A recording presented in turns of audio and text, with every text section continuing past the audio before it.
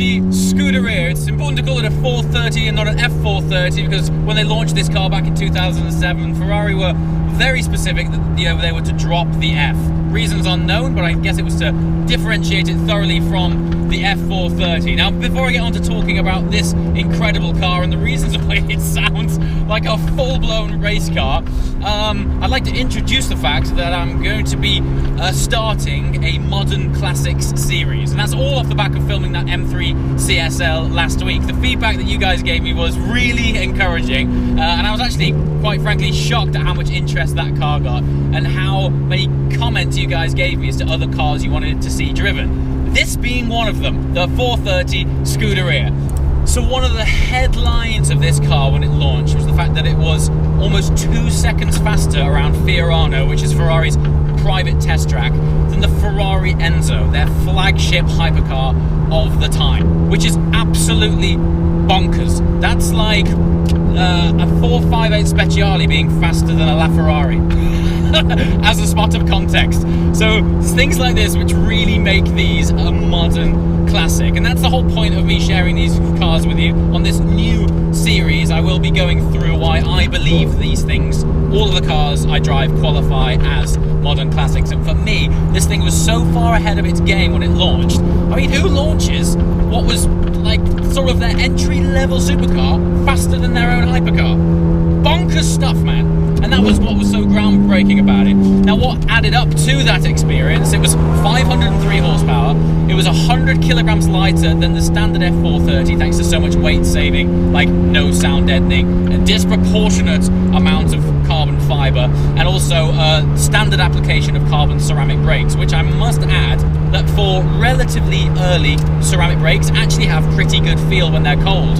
It was always a problem with early ceramics that when they were pretty cold they had zero bite and no feel, but these modulated pretty well, and of course for on track, much less fade. Very cool things. You'd be forgiven for thinking that this has an aftermarket exhaust on it. In actual fact, it doesn't. It's been completely decatted, so it's straight through, but it is otherwise a stock Ferrari exhaust system. Now, I've been around some loud cars, and today I'm going to have to not only treat this car with respect because it's a pretty hairy driver-focused car anyway, and we're on cold, damp British B roads, but the sound this thing makes is full-on ASBO material. It's unbelievable. Honestly, this thing would not get near the loudest of track days. It's unbelievable sound, which we'll share with you from the outside later on. But for those of you guys who are not familiar with the car, let's just run through it a little bit, if you can hear me. So, 430 is somewhat of a nod to the engine capacity.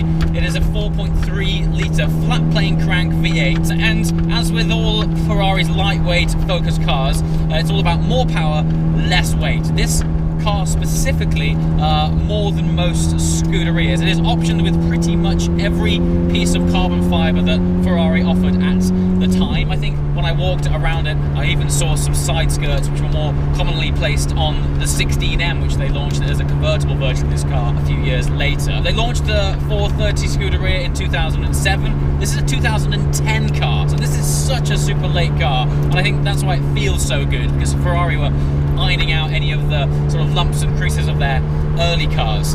As a spot of context, this was launched at the same time that Porsche launched their Gen 2 997 GT3. And it's really interesting to see two manufacturers going head to head, but approaching their driver-focused cars from two completely different perspectives. This was very significant for Ferrari because it was the last of their F1 single-clutch gearboxes. Now, those of you guys that watch the channel regularly and go back a few years, you might remember me telling you a story of me owning one of these cars.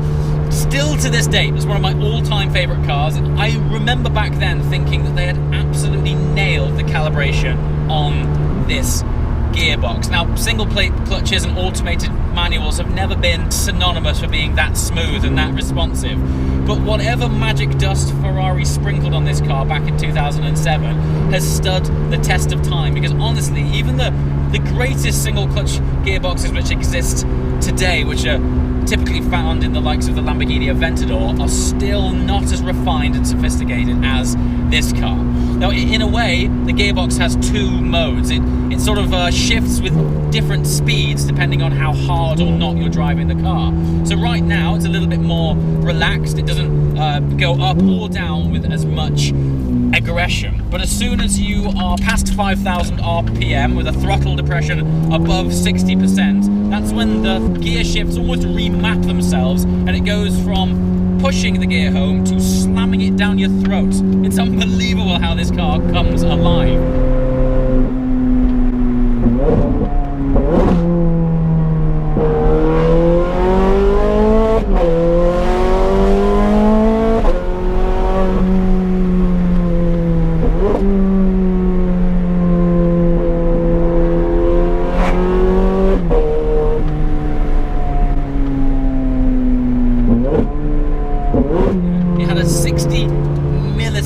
Shift time, and for more context, that was the kind of shift speed that Ferrari's Formula 1 cars were getting maybe sort of 5 or 6 years before, and that's what this car is all about. It's about stimulating you, it's about being driver focused and making you feel alive when you get in it and when you step out of it. This has been turned up to 11 as a result of this exhaust. Just listen to this.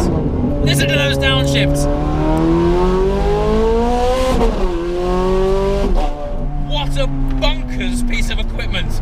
Now, in the M3 CSL video, I kind of pulled out this line from nowhere that I said, maybe the way forwards is going backwards. And what I mean by that is, while the future of supercars is technologically incredible, they're making some incredible advancements, certainly in the performance stakes of these cars. But for example, I drove up here in the McLaren 720S, and in comparison, it makes you feel like falling asleep at the wheel in compared to being in this. And we're driving this at under the speed limit, taking it very steady. As I mentioned, it's slippery and damp, and I already feel alive in it. I feel on my toes. I didn't get much sleep last night because I was editing until 3 a.m. and yet I'm in this and it feels like I've had several shots of espresso at this speed. Imagine what it's like if you could get this thing on a dry asphalt road in the Alps in the summer when you've got some heat in these tyres. It must be incredible.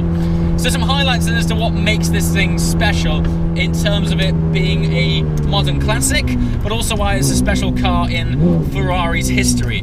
So what set this car apart was the heavy collaboration that Ferrari did with Michael Schumacher when he was racing for Ferrari. There's a plaque in this car that celebrates the many Constructors' Championships that Michael and the team secured for Ferrari, and I think team is a very important word in the context of this car, because Scuderia in Italian is team. It's stable, and that's a nod to how much effort went into developing this car from their F1 division.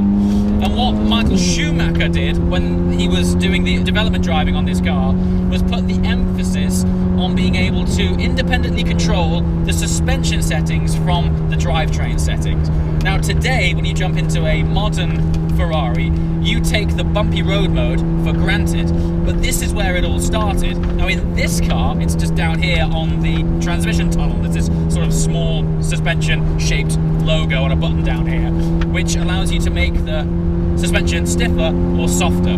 The genius of that is you can still put the Manatino into race, which we won't be doing today because these things are as slippy as it gets, but you're able to have the drivetrain, throttle response, exhaust valves would open earlier if we were in a standard car, and still have a bit more dexterity and compliancy on a bumpy British B road which we find ourselves on now. The genius of that is it just makes you able to exploit the car without it shaking the hairs out of your mustache just because you want to drive it in a race. Now today, we know that as the bumpy road mode button, which eventually made its way into the Ferrari 458, and it's now even in their daily drivers like the California and even the GTC4 Lusso. But back then, it was game-changing. Nobody else was doing it. And even today, I'm yet to find a brand which independently controls those settings as sophisticated as Ferrari do. Listen to this!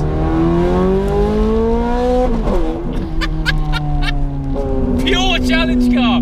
It's completely bonkers. I've never had to shout at a camera so much in a car. It's unbelievable. So yes, that's why this car is so significant. It was the last of the single-clutch gearboxes. The 430 platform as well in the F430 also just so happened to lend itself to the last manual V8 that Ferrari also made. So as a platform as well, the 430 is very significant in Ferrari's history. It was developed together with Michael Schumacher. It created very advanced electronic architecture in the car, which has now made its way into all of the modern Ferraris that we know. But it was the way that they approached this car from such a track-focused mindset. When you get in this, there's no carpets. You can see the welds. You can literally see where they've bonded carbon in the footwell of this car. And that's what gives this thing such a sense of occasion, isn't it? When you get in it, before you've even turned this thing on, you're already anticipating how sort of pure this car is going to be. And that, for me, is what makes the older cars more exciting than the majority of the newer cars. Funnily enough, last night I was out for dinner with petrolhead friends, and we were trying to put our fingers on why is it that these newer cars often, not all of them, there are, exceptions, but a lot of new modern day supercars seem to lack something in the emotional, soul-stirring department.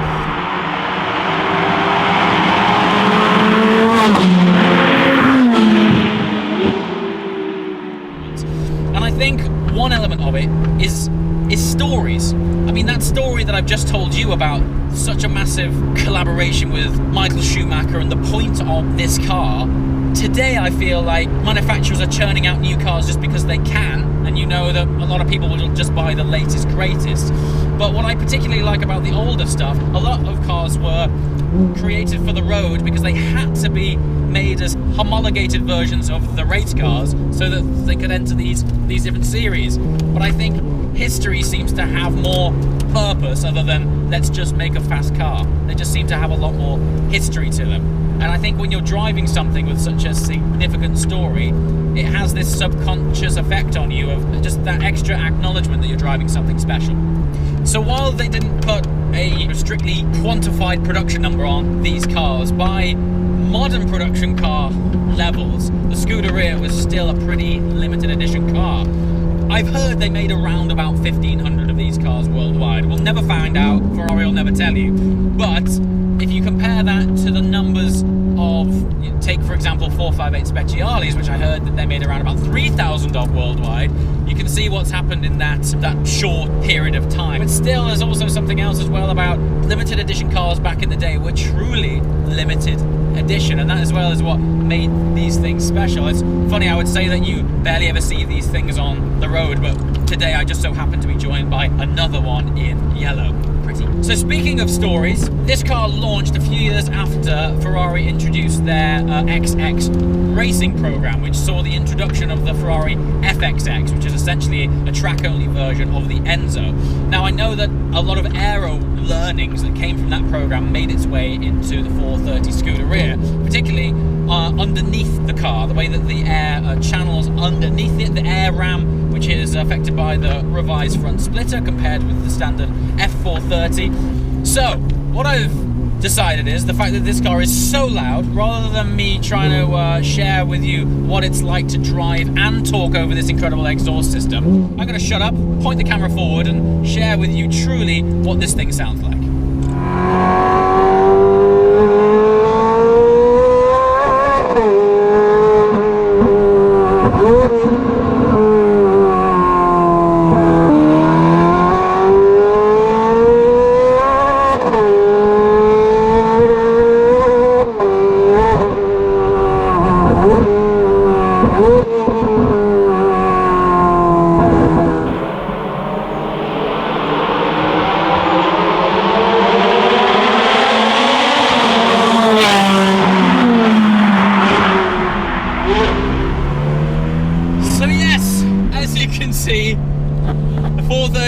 Scuderia is somewhat of a mad animal, particularly with this exhaust system. I'm not entirely sure how this audio is going to come out. Could be completely written off this video, but nonetheless, at the very worst case, I've immersed your ear holes in this wonderful flat plane crank V8. Now, importantly, this is the start of a new series on this channel, which is the Modern Day Classics. It was all off the feedback of you guys. So, please let me know in the comments below other cars that you want to see that are modern classics. I cannot wait for this series to begin. As always, guys, thanks for watching, and I'll see you next time. Ciao! Bonkers!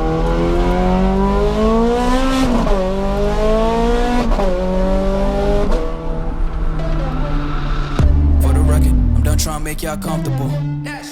For the record, you ain't trying to grow, then it's done for you. For the record, lab on me going all the way.